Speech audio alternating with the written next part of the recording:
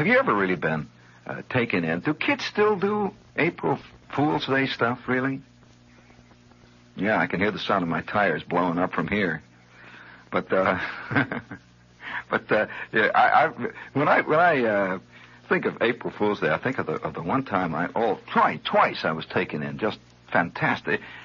You ever been taken in by such an old gag that it wasn't being taken in that bugged you? It was that it was such an old, rotten joke. I was a kid, and I must have been about, well, I can tell you exactly. I was in Miss Harris's class, which is 6th grade, and I was taken in by an April Fool joke. And I was kind of, I was quiet. I was sitting in the back of the room there, minding my own business. And there was this girl who everybody in class was madly in love with. Every class has this type of girl. And she was untouchable, absolutely. Her name was Patty Romali. And you've heard me talk about Patty Romali. She was, I'll tell you what she looked like.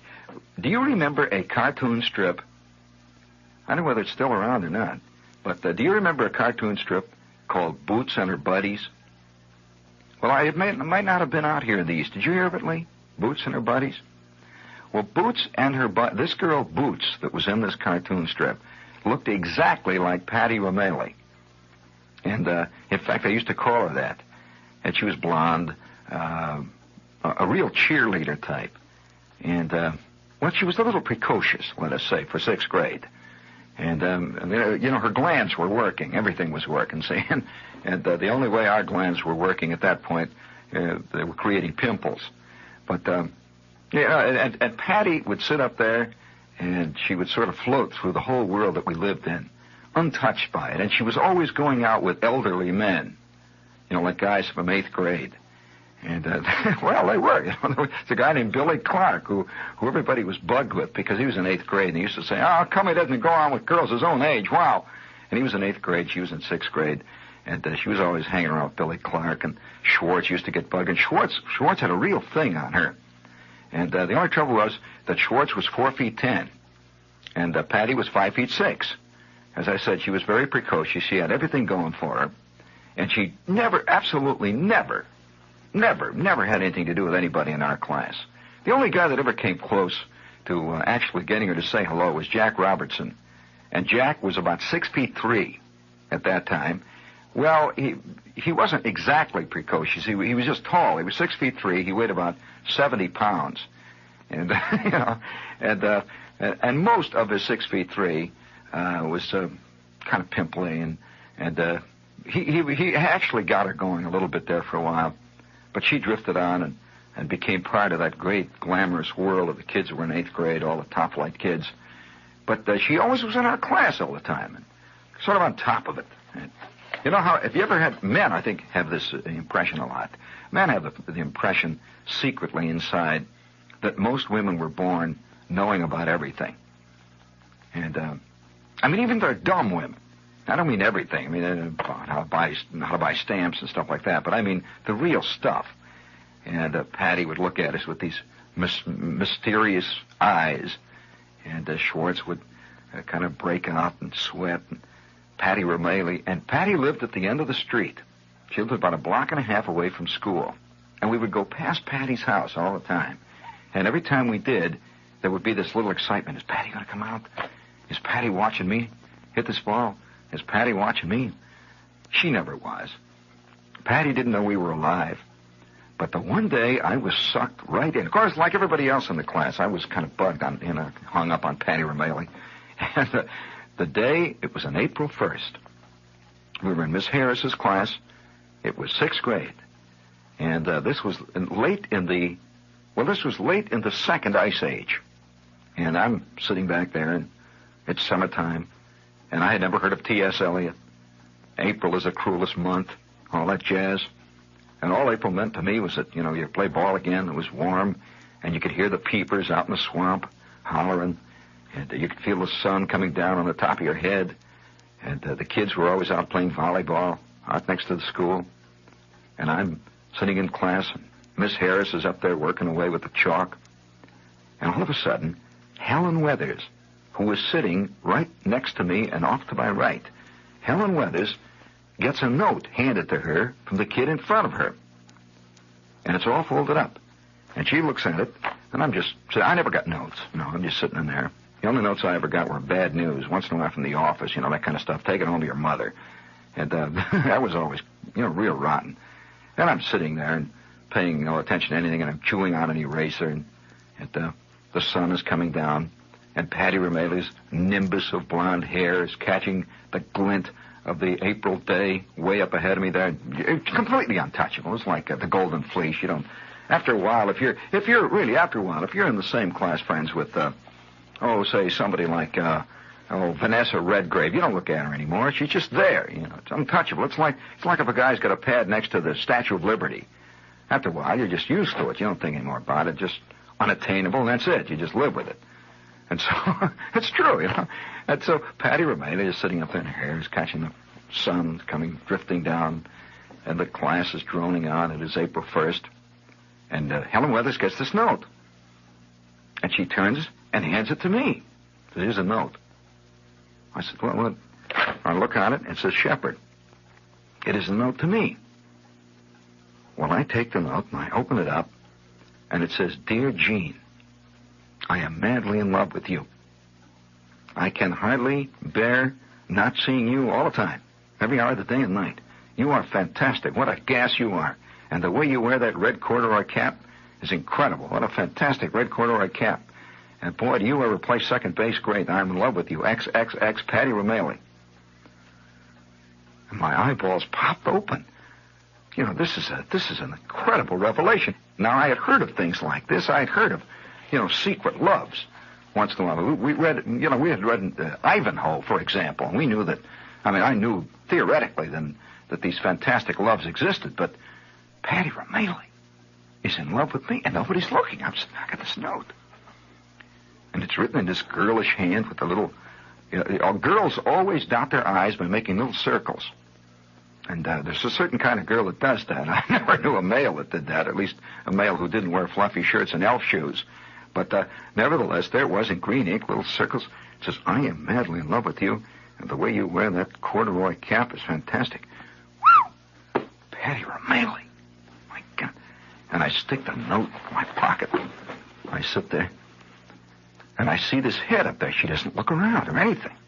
The sun is coming down, catching those blonde curls. And, boy, I said, well, she's probably bashful about it. Gee whiz, I wonder why she didn't say anything about this before. How come I didn't get a Valentine from Patty Rameli, The only Valentine I got was from Fat Helen Weathers. And she said to me, I remember Fat Helen Weathers turning to me before she gave me the Valentine. She says, before I give you this Valentine, you got to promise to give me one. I said, okay, so we exchanged Valentines. The only girl that gave me a Valentine. I was the only boy that gave Helen Weathers a Valentine, too, So, it was just so we weren't shut out, skunked entirely. And so, speaking of being skunked, this is WOR New York. Bringing on my salute music, please. All together now, gang, let's sing. This is the Self-Expression Rag.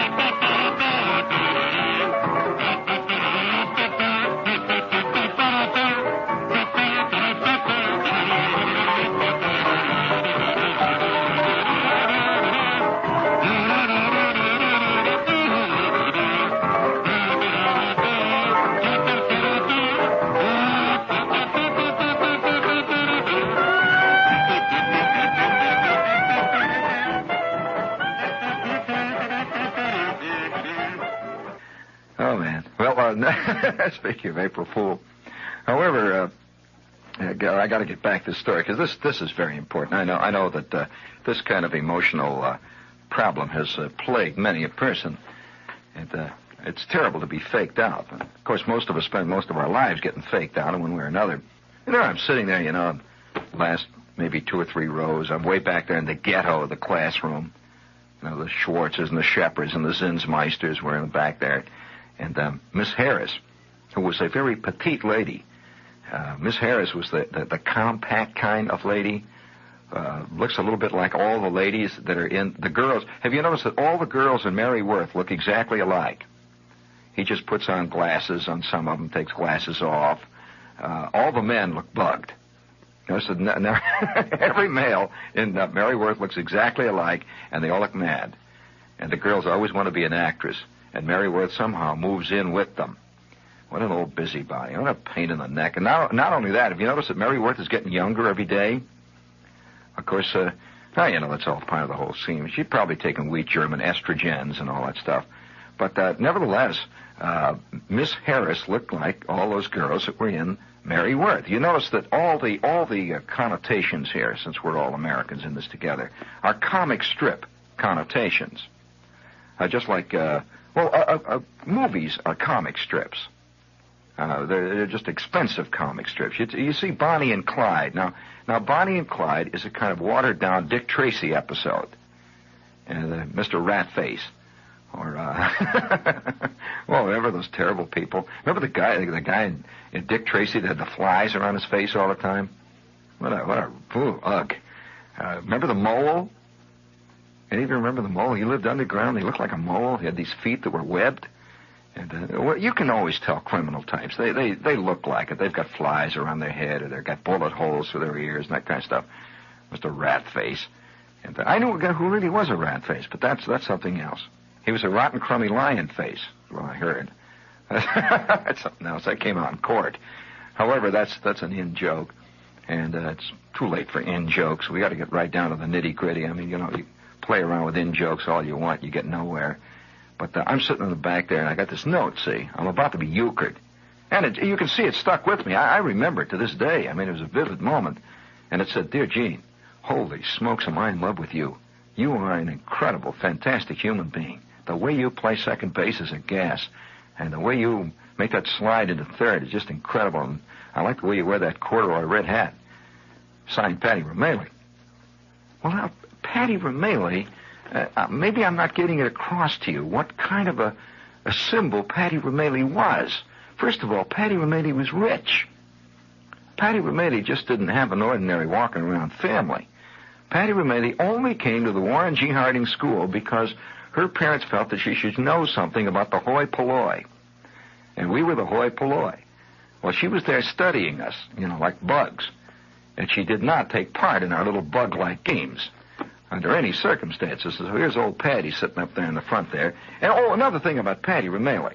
She was so remote that, as far as my knowledge is concerned, Patty Romele never attended any kid parties.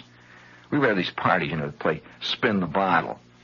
And me and Schwartz and Helen Weathers and Esther Jane Alberry are playing spin the bottle, And we'd go, the bottle, you'd spin it, and it would spin around, and whoever it points to, they were it then.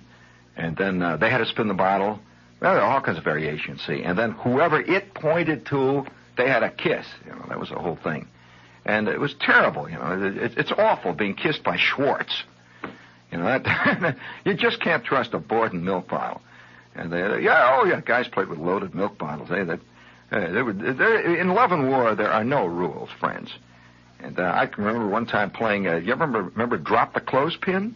You ever play that game? It's a great game. You stand up and you drop clothespins into a bottle. I don't exactly know the ground rules. It never got to be an Olympic sport, but I was very good at dropping clothespins in the milk bottles. But I'll tell you one thing. Patty Romele never showed up at those bacchanalian orgies. Patty Romele would never get stuck in a spin-the-bottle game with me and Schwartz and Flick. Ever. She never even said anything to us, not even hello. Patty never said things like, "Get out of my way." She just walked through the halls. This magnificent blonde image, this glorious nimbic nymph standing next to an eternal elfin pool, deep in the heart of the forest of erotic desire, such as we knew it at the time. Erotic desire consisted mainly of looking at magazines in George's bowling alley where they had the magazine rack. Once in a while, George would belch you on the back of the neck. You are not supposed to be looking at Spicy Detective. And that's about all it was, not much more than that. But Patty represented something unattainable. She represented, among other things, friends, the outside world. Now, what was the outside world? Well, the outside world was the world where people went on things like sleighing parties. And we would hear rumors that Patty Romaley went on a sleighing party, things like that. Or Patty Romaley spent the summer at a place called The Lake. He spent the summer in the alley back of Schwartz's house. She was always going to a place called The Camp. And we would hear that Patty Romaley would spend 2 weeks in a place called Maine. So, this was another scene entirely from our daily grubbing life. And to get a note from Patty Romaley saying that Patty Romaley can't sit still, she can't stand the fantastic pangs of love because of the way you wear your red corduroy hunting cap. Man. So you can understand. I get this now. Well, at first I didn't believe it. See, come on. Oh, gee. But such is the drive of desire. Such is the ability of mankind to rationalize the obvious, ridiculous plight that he's in. My first impression, that's ridiculous. Then I says, well, why not? Maybe it's true. And I'm breaking out in a cold sweat, right in the middle of arithmetic class. And Patty is sitting up there, the nimbus of hair drifting and that beautiful sunlight coming in through the Venetian blinds. And my thoughts, of course, ran to this kind of thing. Oh, Patty, why didn't you tell me? Why have we kept this a secret so long? Why have you allowed me to play footsie and hanky-panky with Esther Jane Alberry for so long? Me and Esther Jane, there's nothing between us. Nothing really. Except we throw rocks once in a while at each other. That's about all. But why have you allowed this charade to go on? Patty Romaley, when a true love could have been consummated, or at least, something. We could have, we could have made Flick mad by walking home together. Or something. I didn't know exactly what what love means. Love is, it's a thing kids write on notes and stuff like that. But I can tell you this, man. That was the first time, I'm serious, the first time that I spontaneously broke into a multifaceted sweat. And I remember it vividly to this day.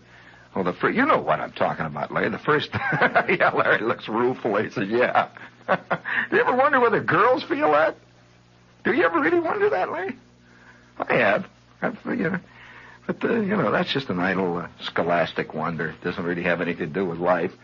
And I've often wondered, how would it actually be in the world if women were people, too? No telling. Well, nevertheless, here I am. I've got this tremendous chick is in love with me now. And not only in love with me, but she says the right things. Now, the best thing I owned at that time was this red corduroy cap that I had. It was the best thing, And it was a great cap. And she noticed that. And you could tell this is real love. And I did like to. I was a second baseman, and I did like to play second base. And she noticed the way I laid the tag on Schwartz and Flick when they come sliding in there. I'd get Schwartz right in the eye once in a while and lay one of them Flick's teeth. And she noticed those things. That's the right thing for a girl to say to a guy, And the fact that she could not stand any longer us being apart. Well, there's only one thing to do.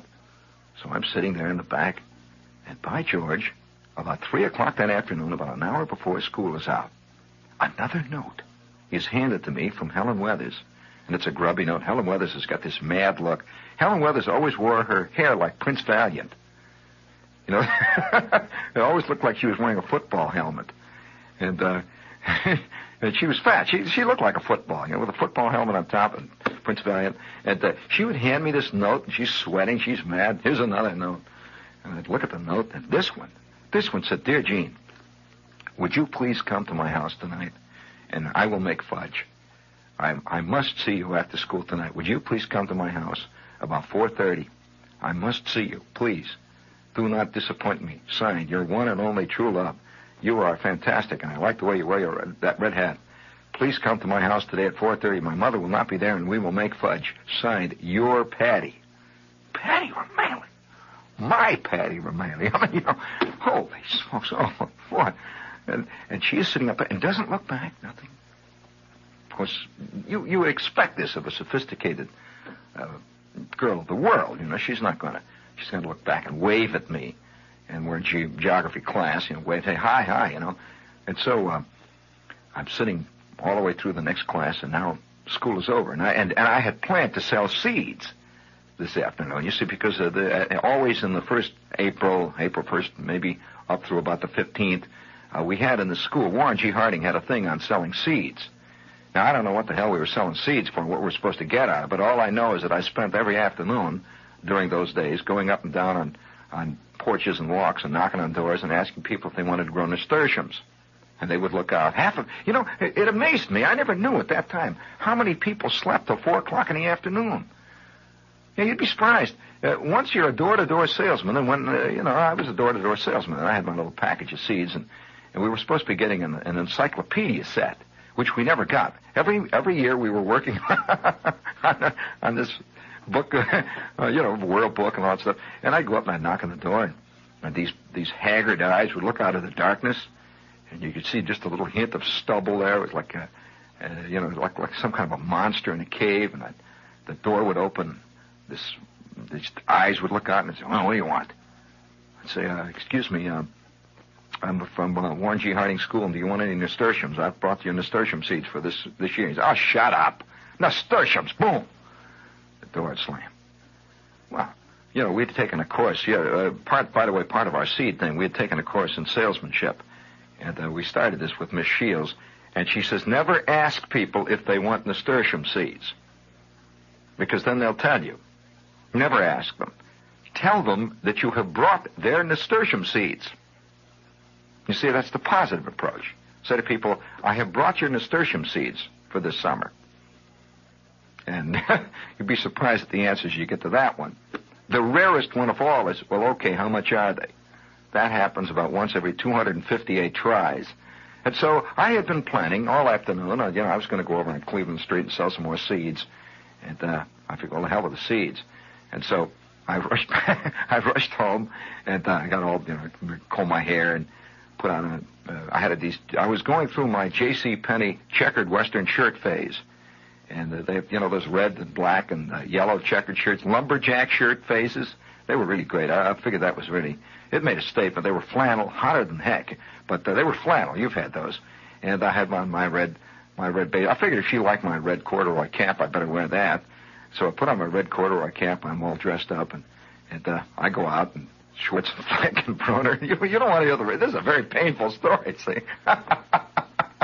They're playing balls. And a whole bunch of jackrabbits. And I go down the street, and Schwartz says, hey, come on, here comes Shep. Okay, let's choose up again. I said, no, I can't play. What do you mean you can't play? No, I can't play. I have important business. What do you mean important business? I ain't going to sell. Well, come on, forget the seeds today. Come on, let's go. I am not going to sell seeds. I have important business. Oh, for crying out loud. What the heck? Well, love. The first awakening and all that stuff, you cannot turn aside. So I go down the street, and I figured I better be careful. If I walk down the street to Patty's house, that is really tipping the gap. So I went around the block. I figured I'm going to euchre them, say I pretend. So I turn left, and I go down the block, and I go down the alley, and I'm faking it. See, I go down around back of the school, and I go back of the Sherwin-Williams paint sign, and I cut through a couple of vacant lots, and I'm trying to wait until it is now time to go in. And Sears, 4:30. And I've got this Mickey Mouse watch, which kept great time. Had these two big hands with yellow gloves, with the yellow gloves pointing one hand. And my Mickey Mouse watch was you had to play it like a golf slice. The trouble with my watch was that the minute hand was loose. And if you jiggle it a little bit, it would spin around about 9 times. You never knew really what time it was. And so I would always judge it by the hour hand. See, it was pointing halfway between 4, and it's now 4:30. So I I go sneaking back down Cleveland Street, and I see the ball game is over. Nobody's playing ball, so I figure they've gone down to Aschenschlager's store or something to get some root beer barrels or something. So I go sneaking along the street, and man, the excitement. Oh, it's fantastic excitement. And I'm really, really hung with this thing. Patty Romali is going to make fudge. And now her house, I had never been in her house. It was at the end of the street, and it was kind of aloof just because it was her house. It was like it was kneeling. And, it was a girl house. It was a Patty Romali house. And I'd walk past it practically every day of my life, and I'd just think, oh, Patty Romali lives in there. Patty Romali eats supper in that house. She walks around in there. Believe me, friends, there are no more beautiful months ever than April. April is not only the cruelest month, it is the most dangerous month. April is the time when even Met fans have the illusion that the Mets are going to play baseball this year instead of beanbag or whatever it is that they play in July. That's the trouble with April. April gives people the idea that it's a new year, and that because it is April, things are going to be different this year. This year, they're going to actually buy those fantastic Bermuda shorts, and that every day they're going to be at Jones Beach. They're going to utilize every minute of the beautiful... Already, some of the warm days have slipped by, and you have done nothing. So that should be a clue. You're letting it squeeze through your fingers again. But the trouble with April is that it is a cruel month, and it is a beautiful month, and a dangerous month. But I didn't know any of that in those days. To me, April was the month you sowed seeds. And you had Arbor Day and that kind of stuff. And the sun is trickling down on Cleveland Street and bouncing off the roofs. And you can see the Sherwin-Williams paint sign was glowing, and they had just repainted it. The big globe, and there's a big can of paint pouring over the top of the globe, and it says, "We'll cover the earth," or "It covers the earth." What is their slogan exactly? Covers the earth? Isn't it symbolic that paint is red? No, every time I look at that, I think that's a symbolic trademark. But, at that time it was just a trademark, and there was the Sherman. We always played behind the paint sign, and the sun is hanging over it. And I am all excited, knocking on Patty Romali's door. I knock again. And then I hear something stirring inside. I hear people moving around. I knock again. And the door opens, and of course my first thought was to say, I have brought you nasturtium seeds. Because that's what I always did when people opened doors. Knock on the door. And there is Mrs. Romali, who, by the way, was an exact duplicate of Patty Romali, only more so. Boy, she was a high-octane lady. Now that I look back on it, she was something else. And Mrs. Romali looks out at me and said, "Yes." Well, this was not going according to the script right away, because I had gotten a note from Patty Romali saying that Mrs. Romali, or Mama Romali, would not be here, and that the two of us would have an idyllic afternoon making fudge. And here was Mrs. Romali. "Yes." Is Patty home? He said, "Who shall I say is calling?" I figured, Patty is now back in some room in the subterranean caverns of the Romali house, dying of unrequited love. That she is probably back there sweating bullets and thinking of this magnificent human being in the red corduroy cap. And I said, "Well, would you tell Patty that I'm here?" She said, "Well, who are you?" "Well, me. And then I hear Patty. I hear her in the next room. One of the rare times that I actually heard her voice. When it wasn't dripping with sarcasm. I hear her say, "Mother, who's out there? Somebody asking for me?" And she turned, Mrs. Romali turned, and said one of the worst things that's ever been said about me ever.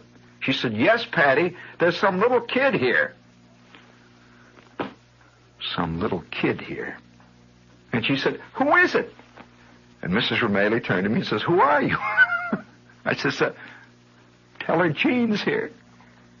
And there's a dead silence, because obviously Patty heard this.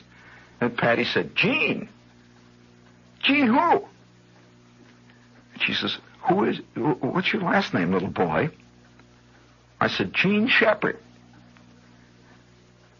Now, I better not go on with this because I can see 50 million people are dying of embarrassment. This is exactly what happened, friends, and it became a legend of the myth in northern Indiana. Today, folk singers are singing about this. I mean, it was one of those awful moments in history, like Casey Jones riding old 98 to disaster. And I said, Gene Shepherd.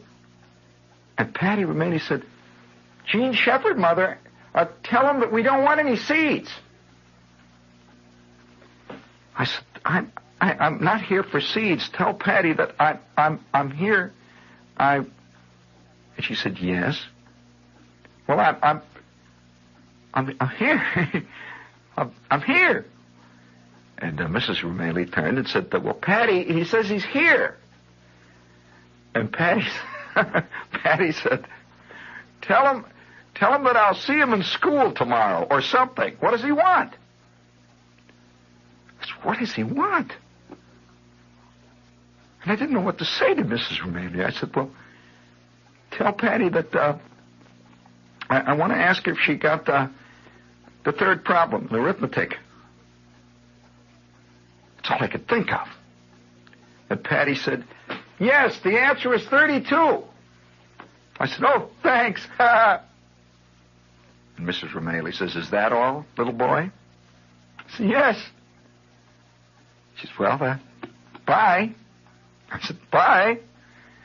And my hat, it was the first time I noticed that my corduroy hat weighed 72 pounds. And it was hanging down over my ears, and I was sweating in it. I said, bye. And she closed the door. And I turned, and I looked out, and the sun is coming down to the trees. And I see that Sherwin-Williams paint sign there. At the school, the Warren G. Hung School, is sitting off there in the distance. And I could see all the cutouts of the paper stuff that the kids in kindergarten were making were in the windows there. And I walked across the porch, and I go down the steps, and I had the feeling that Patty Romani was looking through the curtains at me. What do you do? And I get about 5 feet from the steps, friends. When the denouement occurred, I heard from somewhere off in the middle distance a fiendish cackle. Oh, such a fantastic person. I love you, wah, wah, wah. And it is coming from under somebody's porch. It is coming from under Patty Romali's porch. Then I hear, Patty Romali, love you, wah, wah, wah, wah, wah, wah. And I looked, and I could see all the tulips are growing up there and beginning to blossom. This is, by the way, why I've always hated tulips ever since.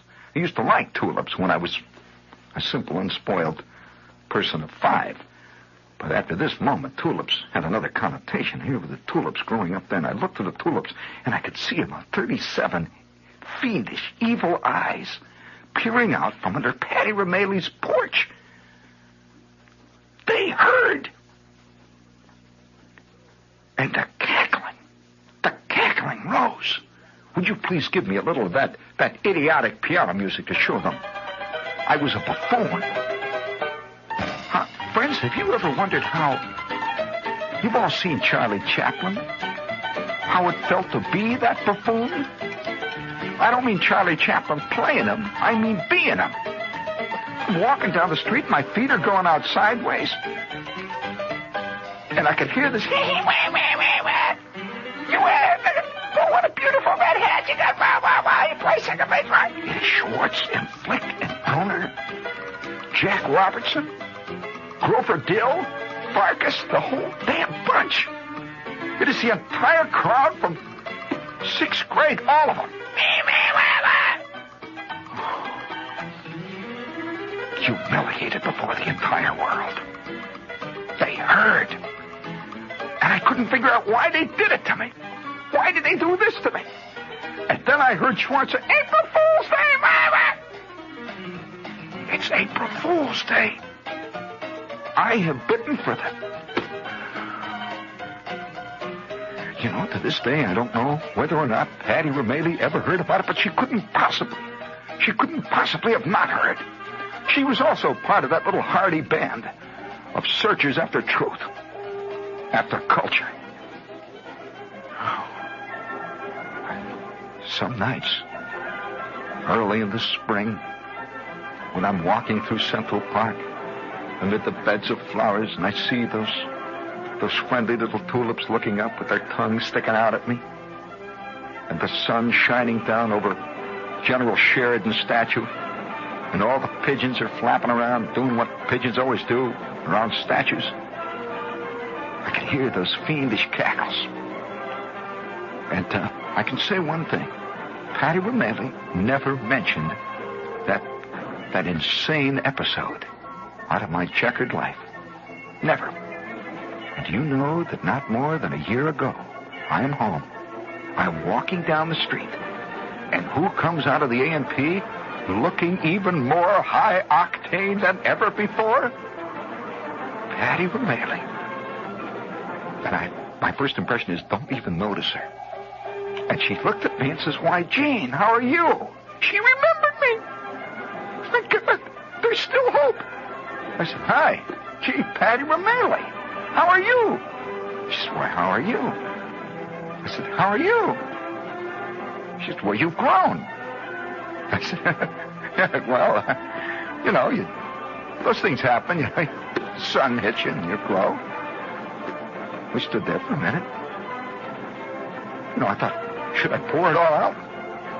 Then I said, no, I'm a grown-up man. I said, "Well, it's good seeing you, Patty." She says, "Do you still have that red corduroy hat?" I said, "Yeah." And we walked our separate ways. April Fool's Day. WOR, New York.